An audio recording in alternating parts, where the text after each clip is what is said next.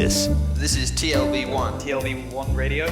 Great mixture. I like television. This is still V1. This is Tel Aviv is a beautiful city. Great city, great radio. TLV1. This is TLV1. From the TLV1 studios in Tel Aviv, Israel, it's Louis live! Now your host, me, and special in-studio co-host, deep voice, Brian Hoffman. Hey. Good to have you back. It's 2 weeks in a row. You know you're supposed to leave last week. Well, the weather's that good in Tel Aviv. No, you stayed in the studio the whole week. Remember? We talked, they had a security. I'm just kidding. Yeah. Anyways, Deep Voice is here. Later on in the program, he'll come on and talk about what happens when a Cleveland Browns fan gets peed off. Before that, we'll have Joe Robbins talk about Amari Stoudemire's tweet. Ariel Helwani fights in the cage Saturday night, fights for Israel on Sunday. Sarah Abraham's supposed to fight, but she doesn't. And some soccer news to talk about. The first part of our soccer part special is CNN's Tal Heinrich. Tal, welcome back to the program. Hi, Ari. Good times. Not such good times, but good times to be on your show. Oh, thank you. I appreciate that. Well, obviously, we topped story a few days ago in a, quote, friendly, which is a weird term to say. Israel's soccer team members, Maccabi Haifa, were attacked by people in Austria. And there are a lot of different stories circulating what happened, but give us the story of the truth of what really occurred. Well, the match was played in Austria between Maccabi Haifa and a French opponent from Lille. And it was abandoned in the 85th minute after a crowd waving Palestinian flags invaded the pitch and started kicking Maccabi's players. During the match, the spectators had unveiled Palestinian and Turkish flags as well as an Israeli flag with the Star of David crossed out and, some not nice words at all. Maccabi Tel Aviv published a statement after this and said this club believes in coexistence, tolerance, and is against violence. We denounce the violence that was used against us. This didn't happen because of support or football. It happened because we are a team which represents Israel. Now, the pictures of the video were horrendous. You had these fans kicking these players. I want to know, injury front, are any of the players in any type of critical condition? As far as I know, well, both players and the intruders exchanged kicks and punches in, the mid-pitch. But then the situation went under control somehow.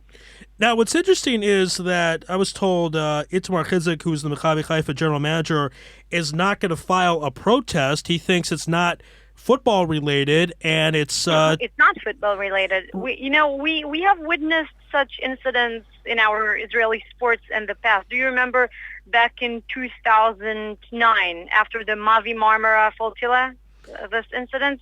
So there was a EuroCup basketball game between a Turkish team and an Israeli team, Bnei Hasharon. Do you remember this? Vaguely. Give us our audience a recap. So, the Israelis basically had to return to the locker room after a group of protesters, some carrying Palestinian flags and wearing, Palestinian traditional scarves and like headscarves, the kafia, what we call. They attempted to invade the pitch again, and police officers were there. Mayor Tapiro said that they were throwing shoes, cigarette lighters, water bottles, and Bnei Hasharon had to evacuate, the court. And I remember that, it was a technical win to the Turkish team. Wow. Bnei Hasharon did not come back. Yeah, Bnei Hasharon did not come back to play this game on the court. We have witnessed many incidents like this. Also in tennis. I think it was also 2009 when the Israeli Federation Cup, the national team, Dudi Sela, remember, played against Sweden in Malmo, where there is a substantial amount of Muslim immigrants who were also protesting. I guess it was after 2008, some Gaza problems again. We're used to this history, but when it comes and hurts our athletes and our sports, our best representatives worldwide, it really hurts double time because it has nothing to do with sports. And Ari, I have no problem at all with protests. Sports is used to put focus on other issues as economy sometimes, and it is generally used for some sort of protest. But when it gets violence, I mean, you have to agree with me.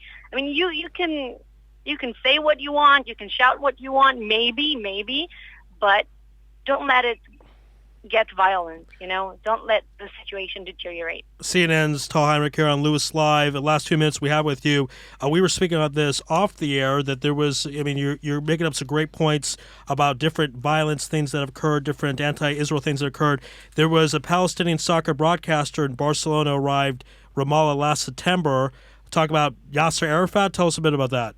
Yes, well, I was back in Israel a day before. I was living in Berlin this time, and a day after I arrived in Israel, Sports Channel called me. I know Arabic. I speak Arabic. I have a master's degree in Arabic, and I've dedicated many of my years to this language. So they called me and told me if I could translate the live broadcast from Ramallah.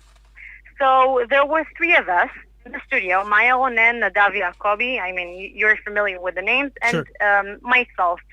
My job was to basically listen to the Arab broadcaster and translate the live broadcast, right? Just translate whatever he said.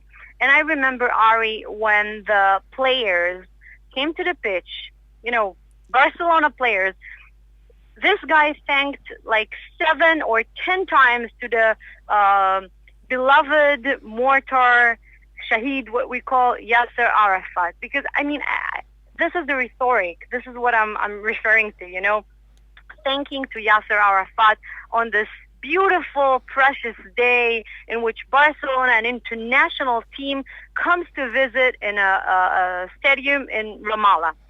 So I said, all right, this is okay. And then the game started and the presentation and everything.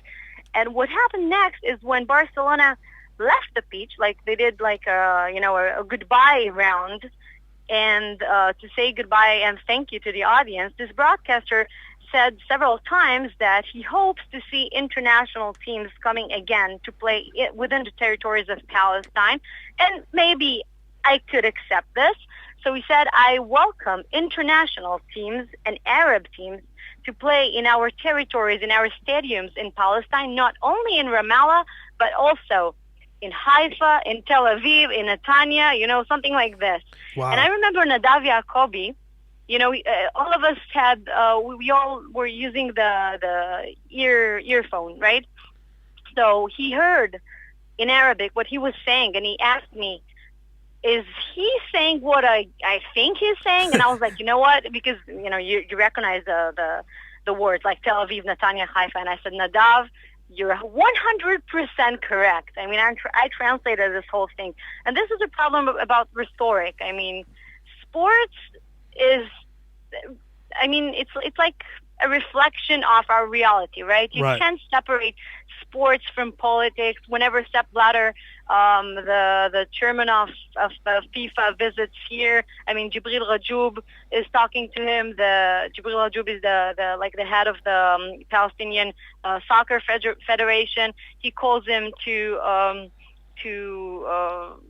maybe ease some sort of stuff in order to raise the level of the Palestinian soccer, and sometimes ban Israel, condemn Israel, but you can't separate it, right? But you have to keep your rhetoric sometimes, especially if you're in such a position as a soccer broadcaster, I guess. That's for sure. But it reflects, the public. For sure. Sports definitely reflects society. It's a big mirror of society. And it is very interesting and sad interesting of these things have happened recently. But Tal, we certainly thank your time. Of course, on CNN right now. You can check out Tal Heinrich's work. And moving on up, we love to see that. So, Tal, thank you for being on the program. Thank you so much. Thank you so much. Sure. Be well. It was Tal Heinrich from CNN. Join the Louis Live Karma. See, Deep Voice, her career has gotten higher since she's been on the show. Sport 5 to CNN. It's unbelievable, Ari. It just goes to show that, who's really going after the civilians, this war crime. It's unreal. And the fact that it's spread outside of Israel is also scary as well. We're going to take a quick break. More sad soccer news. Sorry, but that's the truth. Israeli teams suffer Europa League exits. Ben Myers will talk about that. This is Louis Live here on TLV1.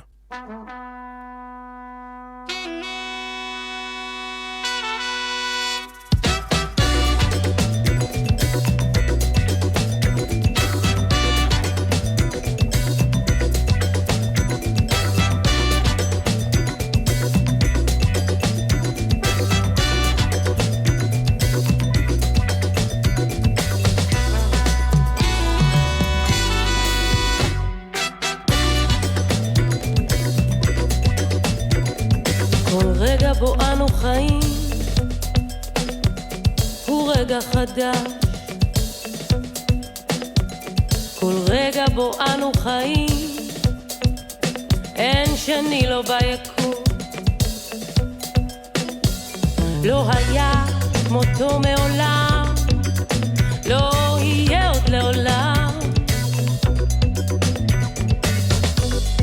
Back here on Louis Live on TLV1. Thanks again to CNN's Tal Heinrich for coming on the program. We're going to stay the theme of soccer, also known as football, with the former weekend editor of FTBpro.com, Ben Myers. Ben, welcome back to the show. Thank you very much for having me. Of course. Now, last week we were talking about how Hapoel Tel Aviv, Hapoel Beersheva, these soccer teams in Israel, were going to have to play their games outside of Israel while the war is going on. And now we read a story they've been kicked out of the Europa League. I have a feeling, I'm hoping it's not anti-Semitic, it's poor play, which we are used to with Israeli soccer. So tell us the clarity of the situation. Yeah, we can't blame any anti-Semitism this time. It was poor play, unfortunately. They're both Hapoel Tel Aviv and Hapoel Beersheva were both sent packing on Thursday, and the biggest disappointment was Hapoel Beersheva. They only needed a 1-0 victory to advance. They were much the better team. They were playing against the INK Split in Croatia. They were playing it in Larnaca, but playing the INK Split of Croatia. And they had the chances there. They should have won. With 12 minutes to go, they conceded 2 goals after going 1-0 up. And then they were out, and which is a big disappointment for them. Now, is it like in other sports where you go to the second tier, if you're out of the first tier, you go back up the first tier? Do they have a chance to get back in the Europa League later on down the road? Not in the Europa League. In the Champions League, yes. The Champions League is very much about the top richest teams consolidating their position and consolidating their riches. And so that does work in the Champions League. If you finish bottom, if you're knocked out in the early stages, you drop down to the Europa League. But no, it's once you're out of the Europa League at this stage, that's it until next season. Now, a lot of times you see in other sports that when a team misses the playoffs or misses a certain goal, heads roll, you see general manager fired, a coach fired, players traded, cut, etc. What do you anticipate happening as far as moves that each of these respective teams will make? Well, Hapoel Beersheva, they were just grateful to be in the Europa League. To be honest with you, their level of it was a bonus them being in there. They're very much the underdogs.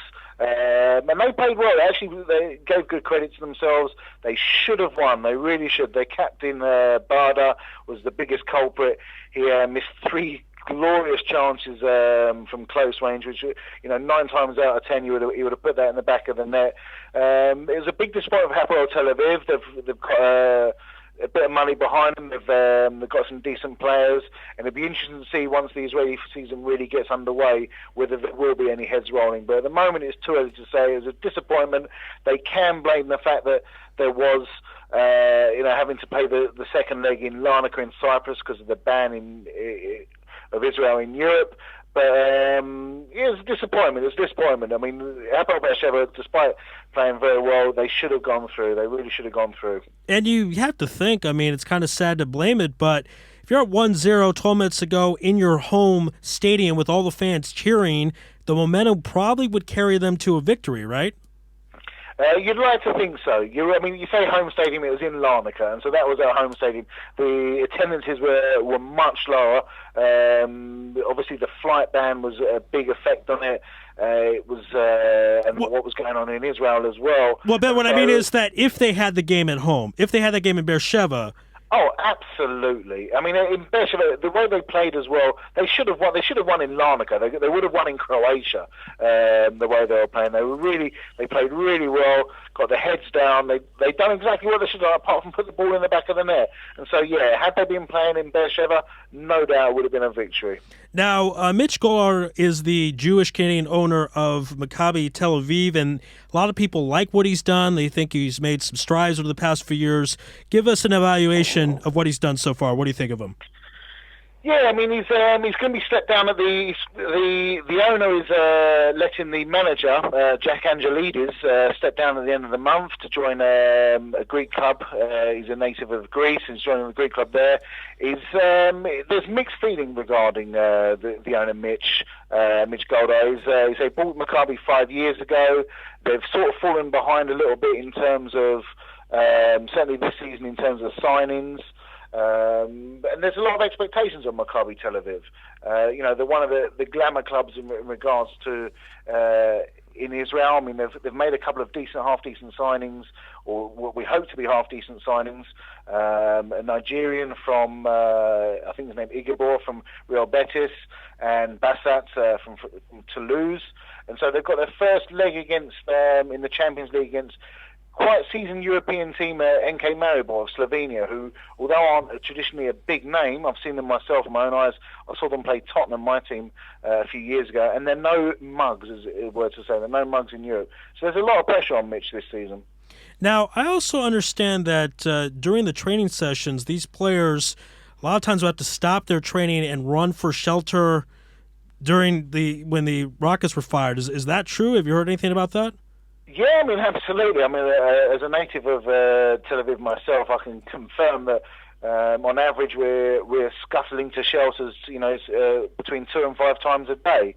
And so, yeah, of course it's going to affect them. And of course, they train in Tel Aviv as well, and so they're experiencing the same rocket attacks that we are. Wow. Last question we have for you, the one, I guess, positive, shining star, if you will, Aroni Kiryat Shmona, they're going to be Israel's lone representative in the third qualifying round. What are your thoughts about them? Can they make any noise? As much as I mean, fair play to them. They're a very small club in a small town that have got no real history of history like Maccabi Tel Aviv or Maccabi Haifa or Hapoel Tel Aviv, Beitar Yerushalayim. They've got no real footballing pedigree, and they're doing really well. Unfortunately, their next game is against Dynamo Moscow, which one of the better teams in Europe. But they've got a bit of money there as well. They've sort of fallen a little bit from their glory years of the 80s and early 90s, but they're a team that Dynamo Moscow that are expected to go through, and I think that'll be the end of Kiryat Shmona's run there. It's a shame, but it's I think the whole nation will be cheering them on, because a lot of people have got a soft spot for them as well, because they haven't got the big signings, they haven't got the big money, they haven't got the pedigree there, and I think people look at them upon them favourably. But as much as I hate to say it, I think it's the end of the road in the third round. It's all a shame. Kind of have to think what could have been had this war not occurred. Players able to train properly, have the home games. Who knows? But that's not what occurred, and that's the story it is right now. Ben Myers, thanks for being on the program, breaking things down in the world of Israeli soccer. We appreciate it. Thank you much. Always a pleasure. All right, be well. Ben Myers, everyone. Quick break. On the other side, Muay Thai fighter Sarah Abraham talking about the cancellation of a tournament she trained a long time for. This is Louis Live on TLV1. תאמרי להתראות לכל החלומות, תאמרי קצת על השכל, נסי פחות לדאוג, רק השנים יעידו מה נפל בזמן, מה התעכב, שיכור וזר נולד לי, ברוך שובי אל הכאב, כלום, כלום, כלום לא יעצור אותי, כלום, כלום, כלום לא יעצור אותי, אני כל הזמן ערה אבל שוכחת להרגיש, האדישות הזו גם היא תמות, אני יורדת אל הכביש, תלויה בין ארץ לארץ ובין שתי השפות, ואז את באה מחשפת, אני נשטפת אל החוף, כלום, כלום, כלום לא יעצור אותי, כלום, כלום, כלום יעצור אותי. כלום, כלום, כלום לא יעצור אותי. כלום, כלום, כלום לא יעצור אותי.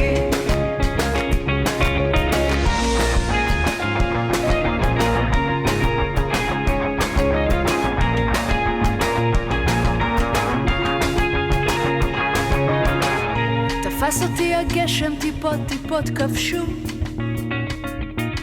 לא זכרתי איך הגעתי והכל לחש שבור. הזמן מנגן על כולנו רקביים ברמז'ור.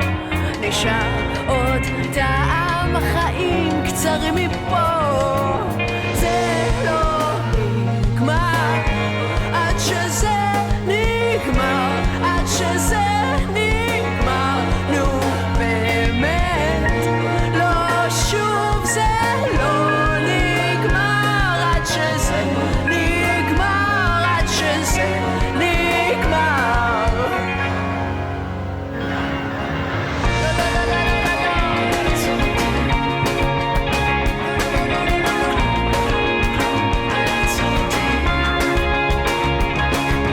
כלום, כלום, כלום לא יעצור אותי.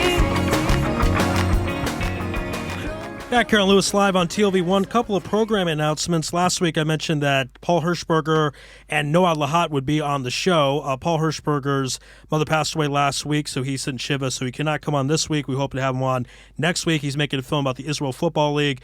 Noah Lahat is in war right now, so he can't come on the show, and we hope to have him. Hope the war ends tonight and he can come on next week. And Zohar Sharon is Israeli champion blind golfer, and he should be on next week's program, talk about his incredible story, so stay tuned for that. On the line right now, talk about her incredible story, Israeli Muay Thai fighter Sarah Abraham. Now, you are a Muay Thai fighter, and you obviously have a lot of accomplishments, and you were training a long time for a particular tournament, which has now been canceled due to the war with Hamas. Tell us a bit about the official reason why the tournament was canceled. Was it a concern of danger? It was canceled because of the rockets that are flying. The fight was supposed to be down south in Beersheba. Oh, so wow. The fight was canceled due to the rockets that were hitting Beersheba so frequently. And obviously when fighters train for a fight, they train a long, long time, several hours a day. What was your particular training regimen for this tournament? Basically, I'd wake up, I'd go running from like 7 to 8, and basically I'd rest throughout the day, I'd go to work, and then practice starts. I'd practice from 5 o'clock to 9, so it's basically like from 3.5 to 4 hours of training every day, except for Shabbat. Like on Saturdays I don't train, but I train all week. Wow, so you're training this much, and what happens now that you're notified the tournament doesn't occur? Do they tell you that it will occur later on, or it's no schedule at this time? Well, so far we don't exactly know what's going to happen with the war because right now it's going on. In the beginning we thought, it's getting better, but now it's just getting worse. So now it's getting worse. Yeah. So now, is there any talk about moving the tournament somewhere else, not in the South, so that you'd be able to compete instead somewhere else? Actually, it was supposed to be moved to September, but actually I have plans to fly in September to Romania and to Spain for other competitions, but that's also, we don't exactly know what's going to happen about that, because if the war continues, we're going to have trouble about flying to other countries. So it explodes so many things for me. Like, first of all, fight-wise, like I'm waiting, this is how I make my living, like I fight, and whatever money I get from the fights, that's what I have. Like, so if I don't fight, it's a problem. There is no compensation by the tournaments because since the tournament didn't happen, they don't give you some type of stipend for you to keep training. So you train for the next one. They don't give you any funds. Yeah, that's the problem. I don't have a sponsor, and I'm looking for a sponsor. So this fight was supposed to give me like a little bit of money. But for training and for the fact that I am fighting and continue to fight, I don't have sponsors to sponsor me, like to help me keep going. So, I mean, that obviously, I don't know, to be blunt, it's a frustrating, crippling situation to do all this work, to not get funding.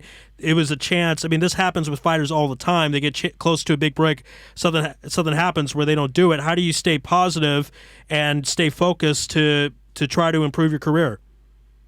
I just have to, you see, I can't give up on fighting because of this. Like, this is what I love doing, and you just have to constantly have a positive attitude, because it's not just the fact that fights get canceled due to rockets and things like that.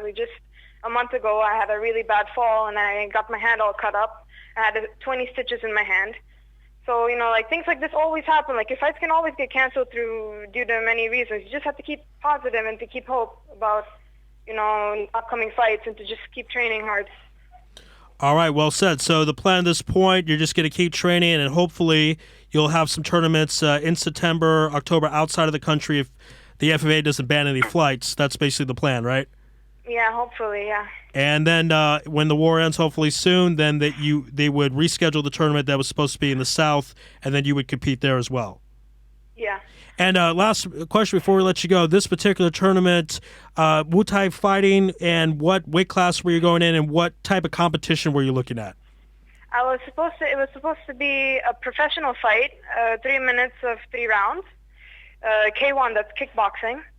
And it was supposed to be on national television and also on international television. It was like a big deal, a big fight. It was a fight for a belt and a little bit of money. I don't quite remember what the amount was, but yeah, this is supposed to be one of the biggest fights that I'd have here in Israel. Wow! So it was a huge, hard hit to my gut. The hair that got canceled just 2 weeks before I was supposed to fight. And again, that's why we're happy to have you on. Obviously, not happy with the situation, but it's important that people know that, again, the war affects not just the general society, but athletes, sport athletes, sports world as well. So, Sarah, we hope best of luck to you. We hope that tournaments come back, war ends, and you'll be able to fight, and we'll be able to watch and enjoy it.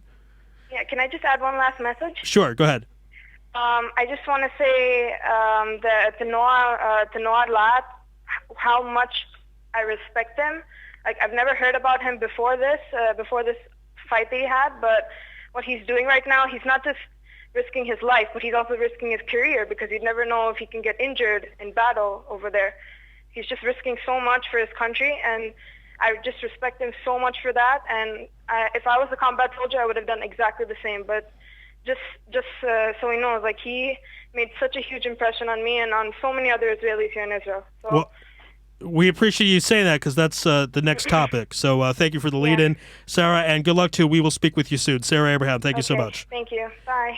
All right, as Sarah talked about Noah Lahat putting his career potentially on hold. He had a victory Saturday night and is in the Army right now. And coming up next after this quick break, Ariel Helwani from the MMA Hour to discuss this fascinating story. This is Louis Live on TLV1.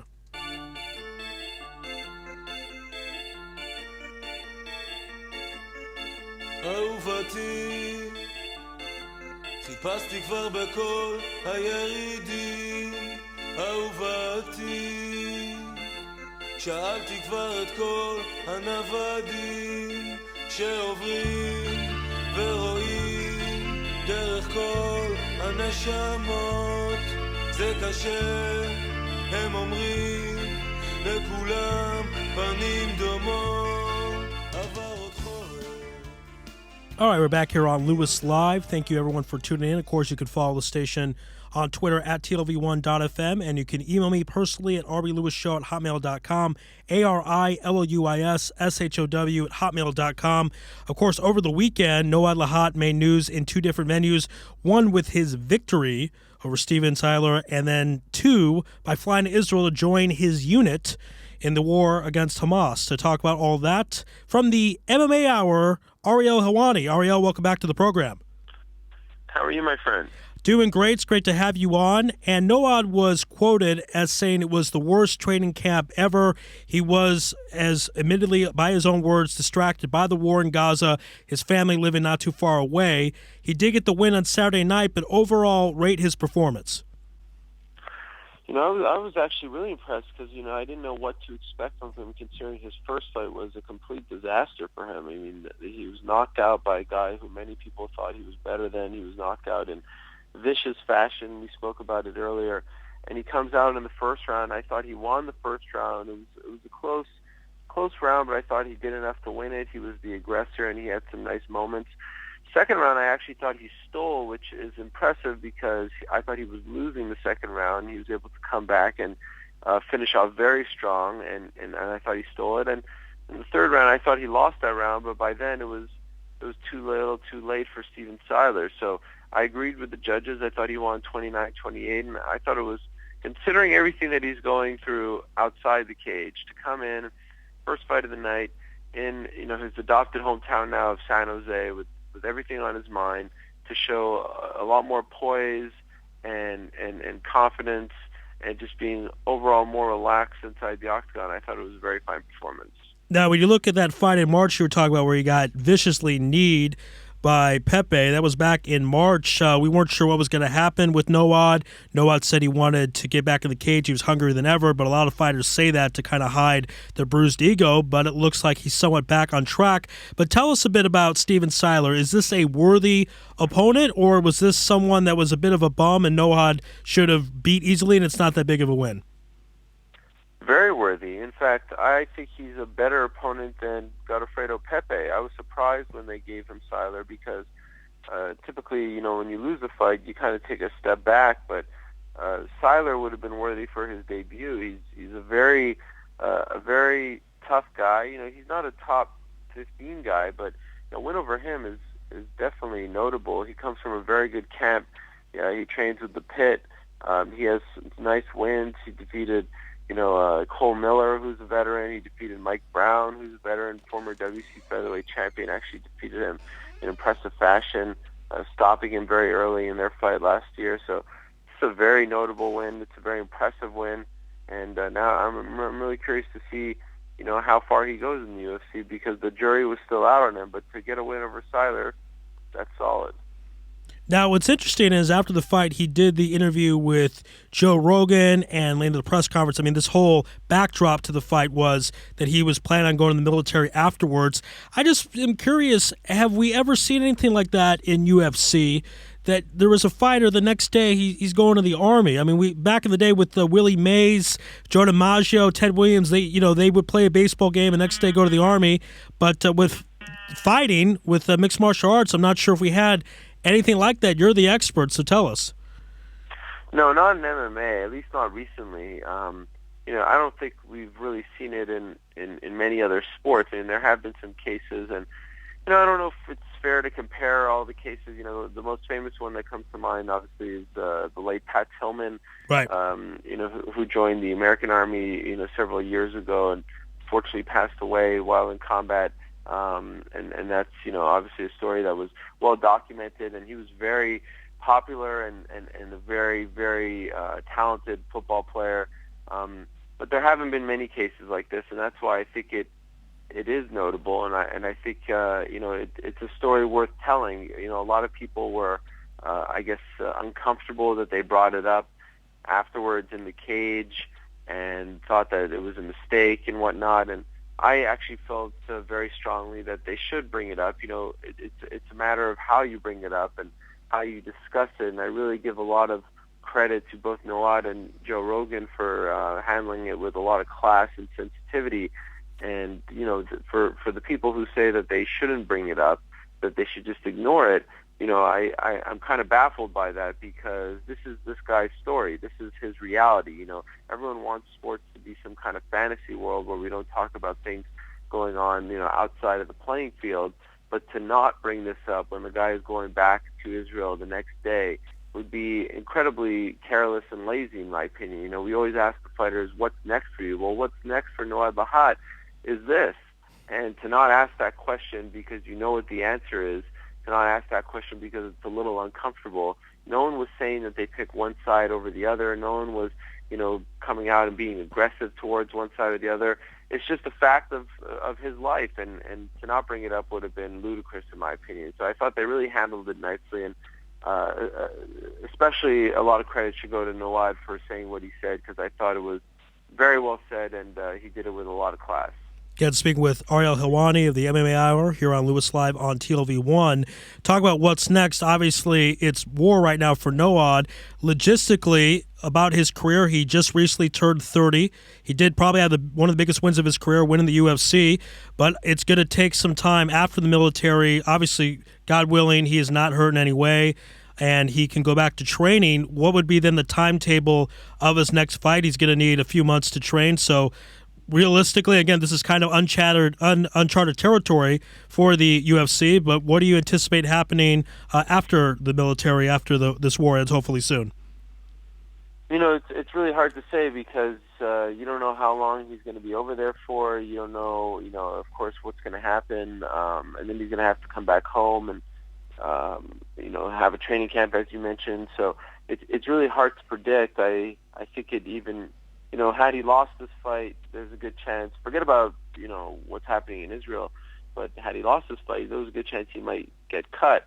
So now here he is. He comes back after a really tough loss and has a very solid performance, and you kind of want to see where he goes from here. But he's making a very tough choice, and he's doing what he feels is best for his family, and I think that makes it all that much more commendable. He's putting all this superficial stuff on hold, and he's going back to the real world, and that's why I tip my cap to him. So no one knows. Only God knows how long he's going to be there for and when he'll be able to return. But he certainly has a place in the UFC, and I hope that we do get to see him progress inside the octagon. And last question we have for you, mentioned tip your cap. I mean, the hats Noad was sporting before the fight, big Magen David blue, Israeli flag emblem.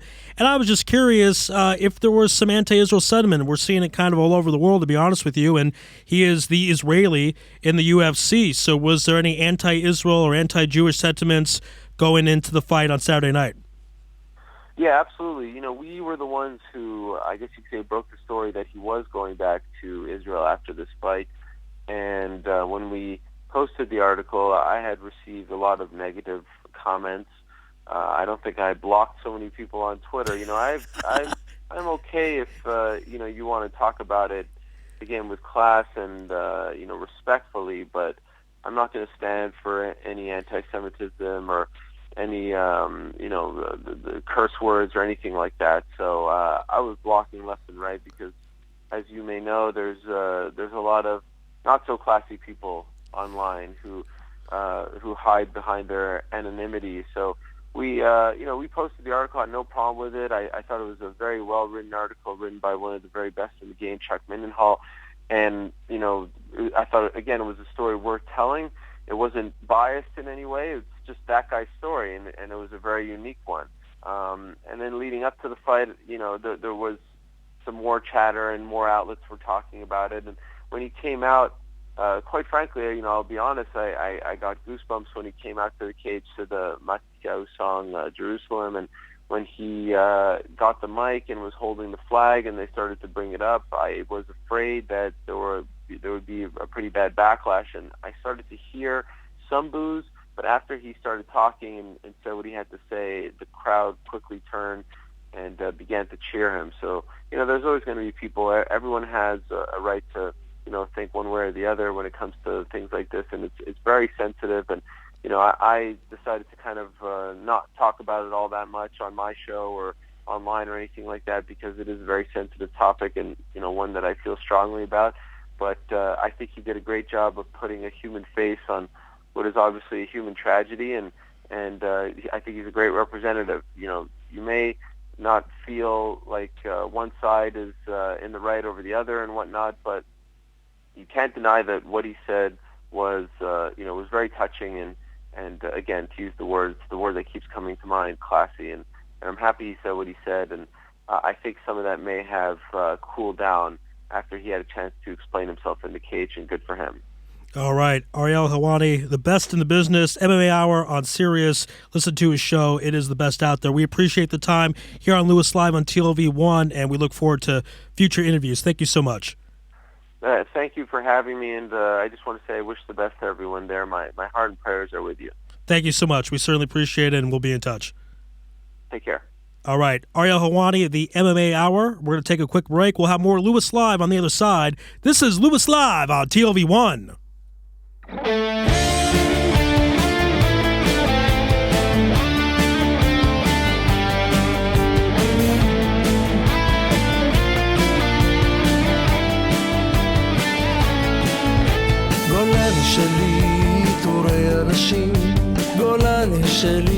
שמות ופנים, מקומות וזמנים, וקולות משונים, השבים ועולים למולי.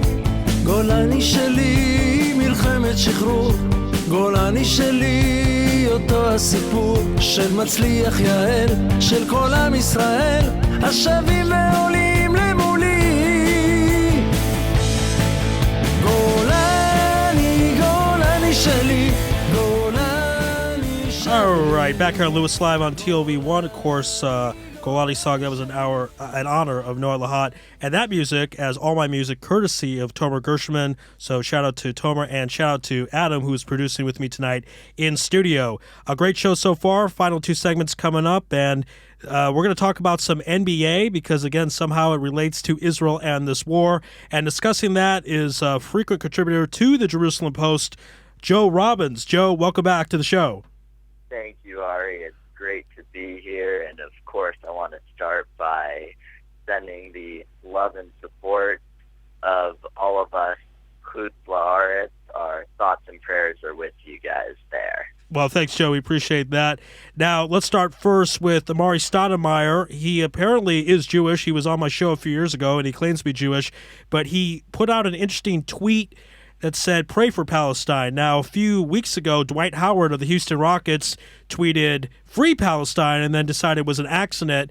When Amari says, pray for Palestine, should we take that as anti-Israel or something peace-related? What are your thoughts? I think it's something peace-related. When we spoke about the Dwight Howard tweet, and then obviously that was followed up by Rihanna and Selena Gomez and a lot of celebrities. We discussed how that was being uninformed or informed by the wrong people, but not getting the right message and not knowing how to use social media. I think when Amari did it, based on what we know about his love for Israel, being an owner of an Israeli basketball team, he was the head coach of the Maccabi team for Canada last year. A close friend of mine was on that team and can definitely attest to how much Amari loves Israel. And Amari obviously has been a great ambassador for Israel over the past few years. Since you mentioned, he came out as a Hebrew in his words and visited Israel. So I think he was expressing the sentiment that he's praying for the civilians in Gaza who are being killed. And I think when he says that, I personally would definitely not have tweeted that, and I wouldn't have said it that way. But I think regardless of where we fall politically on the situation, we all agree that we want the civilians in Gaza who are being killed because of Hamas's terrorist regime to stop being killed. So I think that's what he was going for. He was going for peace. He just expressed it in a way that upset a lot of his Israeli fans and Jewish fans because of the sensitivity of tweeting three powerful words, especially when one of them is Palestine during a time of conflict, as we're obviously in.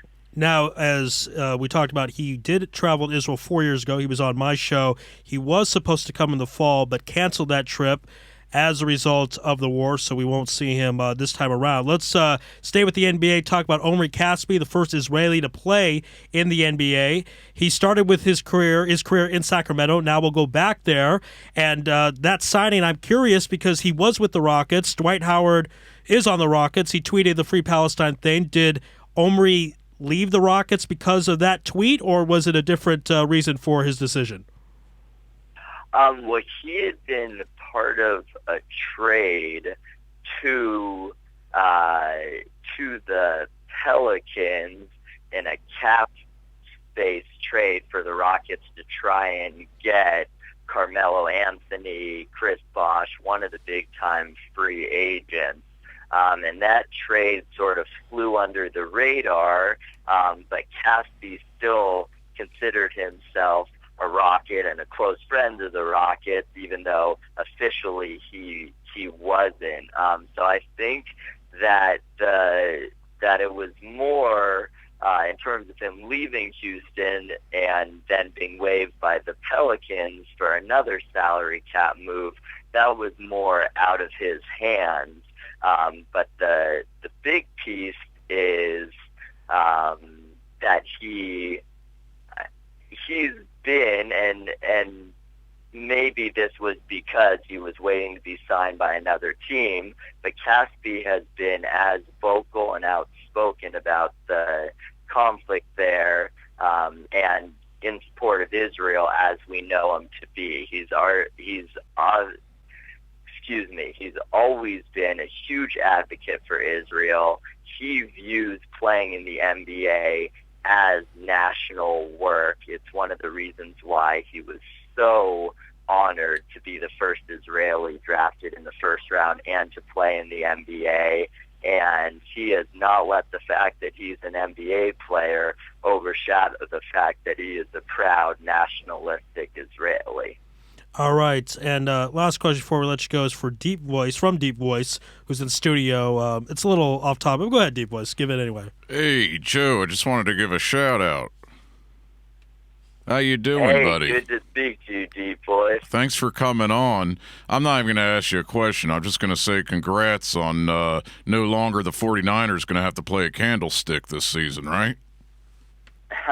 Thank you very much. Yeah, we are looking forward to Levi's Stadium. Everyone in the Bay Area is definitely counting down the days till it officially opens up, and great to have the Levi's family as the sponsor behind it. No better fit for the Bay Area or the Bay Area Jewish community, so we're all thrilled. And Levi's, that's Jewish, so there we go. Still on topic for this program as far as it's concerned. Joe, thanks for the time. We appreciate it. Always to have you on Louis Slyman TLV1. And you have something coming up that you wanted to mention? Yes, thank you. So we are currently in the process of planning and organizing a Stand with Israel benefit show, and I will definitely keep you and the listeners updated as it comes closer, but it will be a benefit show, 100% of the proceeds going to Israel during this time of need and for support afterwards, as hopefully it will end soon. And they can find that out on Facebook on OMG Poetry. Is that the best way to be updated? Yes. Okay. Yes. Facebook.com/OMG Poetry, and everything will be labeled Stand with Israel. All right, sounds fantastic. That's a great mitzvah you're doing, so we appreciate that. And again, we'll be in touch. Thanks so much, Joe Robbins. Thank you, guys. Stay safe and be well. All right, will do. All right, quick break. On the other side, what happens when a Cleveland Browns fan gets peed off? Literally. This is Louis Live on TLV1.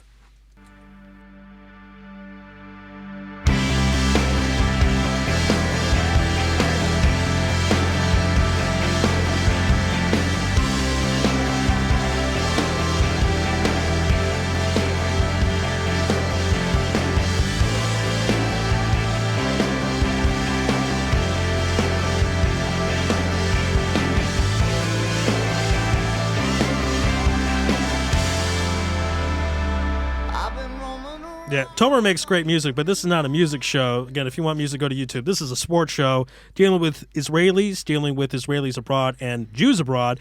And we have a very strange story to report. There's not a lot I can really say in terms of logic, but we are going to report it. So basically, let me give you the background.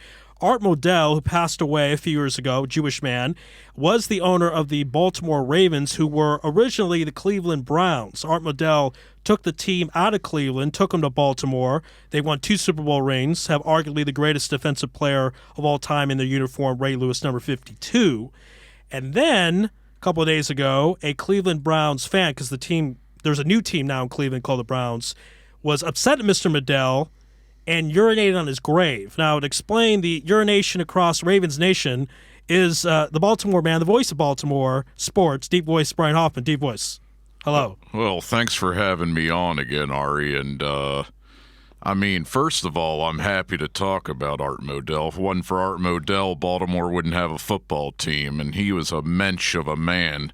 And, you know, this is TLV1 radio, and Art Modell, along with Al Davis, both of them really brought the NFL along. Both of them are Jewish pioneers, and isn't it crazy that outside of just Israel, to many different groups of Jews, like what happened to the Maccabi Haifa team outside of Israel, there's a lot of despicable acts that are happening to Jews. Now, I don't know if this act was done, you know, because of the situation in Israel, right. But yeah, it just so happens that this is done on July 23rd, and it's really unfortunate. Now, we know this happened because the guy who did it had it filmed, and he was urinating with a catheter. What happened there exactly? It was through a catheter, through the legging of his pants. A city that I went to school in, Pikesville, Maryland, where I worked for many years before coming here. A place called Druid Ridge Cemetery. Really beautiful part of the cemetery there, where Art Modell is laid to rest. Yes, and this unidentified man comes into the cemetery with a Ed Reed Ravens jersey. He pretended to be a Ravens fan. Right. He rips it off, revealing the Lyle Alzado Cleveland Browns jersey. And what was unbelievable was he said, you know, and this was a little extra slap in the face. He said quote, yeah. He had no choice. He had no choice. Now, this is what Art Modell was saying when he took the original team out of Cleveland. Now, let me also remind everybody that unlike the city of Baltimore, the city of Cleveland in 1999 got their team name back, their team colors back. They were the Cleveland Browns. Now, the Ravens would eventually, you know, become the Ravens and get their own team, but we had to wait a long time. I know a lot of people to this day will say, oh, the reason why Cleveland hasn't won any championships, the reason the Browns are horrible is because of Art Modell. We would have won the championship and had Ray Lewis and Jonathan Ogden if Art Modell never took the team out. This is ridiculous. You know, they can blame bad ownership, bad luck. Look what happened to Josh Gordon. Is that Art Modell's fault, or is that the fault of a guy that can't stay away from the pipe? Right, can't stay with the weed. And Cleveland fans, this was talked about on a newscast, should thank Mr. Modell because the only championships Cleveland sports have had in the last 50 years are from the Browns in the 60s when they had Jim Brown. The whole NFL can thank Art Modell because the reason he became an owner was he had a lot of connections to the television industry, and he actually really helped pioneer bringing Monday Night Football and Thanksgiving Day football into the thick of things in 1970 for the first time. Monday Night Football, that was large part thanks to Art Modell. Every other big owner has gotten into the Hall of Fame. It is a known fact that there are members of the media in Cleveland that will not have Art Modell. He's posthumously in the Hall. But it is a known fact that they blocked him during his lifetime. And Cleveland fans might be upset they didn't have a football team for 3 whole years, but Baltimore fans didn't have a football team for about 13 years when the Colts left Baltimore to go to Indianapolis. I don't recall a man from Baltimore going to Indianapolis and urinating. I mean, this is unprecedented, correct? Yeah, I don't want to start to, trash talk, the people of Cleveland. I do think, they are in an unfortunate situation where they've had many years of losing sports. Maybe LeBron coming over to the Cavaliers going to change that a little bit. But, there's been some very unclassy things that have happened. For example, Drew Carey, from the Drew Carey Show, sitcom star who is a big Cleveland guy. Yeah, there was an episode, and I'm gonna.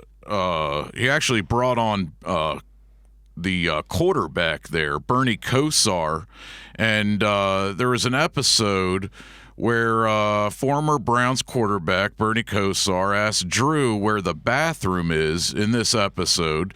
Drew Carey, known as Drew in that show, directs Kosar to the bathroom, following with the instruction, and I quote, "Just don't take a Model."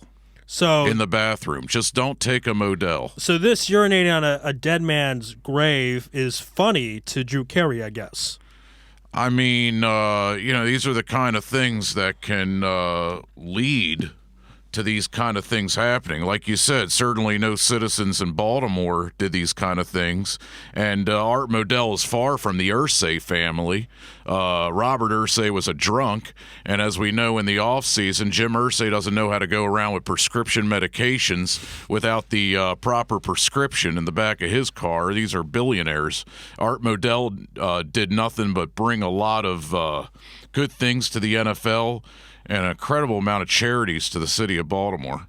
Now, last few minutes with you, the man who did this, he filmed himself. He wasn't ashamed of it. You could see who it is on YouTube, his face. But now the authorities know who it is, but are not releasing the name. Is that correct? Yeah, and actually there's an update as of today. Baruch Hashem, thank God, this man is going to be charged. It is, according to Maryland law, a person may not engage in an indecent or disorderly conduct in a cemetery, and this crime can come with a two-year prison time. Wow. And a fine. So let's hope that it's maybe the full time. Of course, we leave that in a higher power's hands, maybe. But do you imagine if he would go to prison for 2 years in Baltimore and have to tell the inmates why he's there? This is Baltimore County Police, Pikesville, Maryland. Yeah, he would not have such a good prison stay, I imagine. So we'll keep the fans updated on what happens to this gentleman. And if you guys don't believe the story occurred, the video is on YouTube. You can type it in yourself, Cleveland fan urinates on Armadell's grave. It's there. It's even Armadell's Wikipedia page. So it's a very strange incident. I can't really recall anything like this in sports happening. Can you, Deep Voice? This is it's unprecedented, I believe. This goes beyond trash talk. We're always trash talking on sports and everything. I can't stand the Yankees and the Pittsburgh Steelers and everything like that, but I would never go into Pittsburgh. I hate the Irsay family. I've been to Indianapolis. I've been to that place. I had a lot of emotions going, but there are certain things even, I wouldn't get to a certain level. And the fact that this is happening during a time which so many things are happening around the world to Jews is unbelievable that it comes, close to my heart in the city of Baltimore, Pikesville, Maryland. It's unbelievable. But at the end of the day, you know what? The city of Baltimore, the Baltimore Ravens, they won Super Bowl 47 for Art Modell. Yes, they did. Deep Voice Brian Hoffman, everyone. That is the conclusion of our show. We want to thank everyone for tuning in. And, of course, thanks to our guests. We began the program with CNN's Tal Heinrich talking about the quote-unquote friendly, which Maccabi Haifa was involved with, the soccer team who were attacked by unfriendly fans. Ben Myers talking about how the Hapoel Tel Aviv, Hapoel Beersheva are out of the Europa League. Sarah Abraham, Muay Thai fighter, had her tournament canceled as a result of the war with Hamas. We hope that she'll be able to continue her tournament at another time. Ariel Helwani of the MMA Hour on Sirius Satellite Radio talking about Noah Lahat's fight and his victory on Saturday night, and now his fight in the military for the IDF. Joe Robbins talking about Amari Stoudemire's Pray for Palestine tweet and his Omri Caspi signing with the Sacramento Kings, and of course Deep Voice Brian Hoffman talking about Art Modell, how he is not peacefully laying to rest after what occurred from a Cleveland Browns fan, but our prayers are with Art Modell and his family. Stay tuned for a lot of great programming and a lot of great stuff. But that's it for tonight. God bless and good night.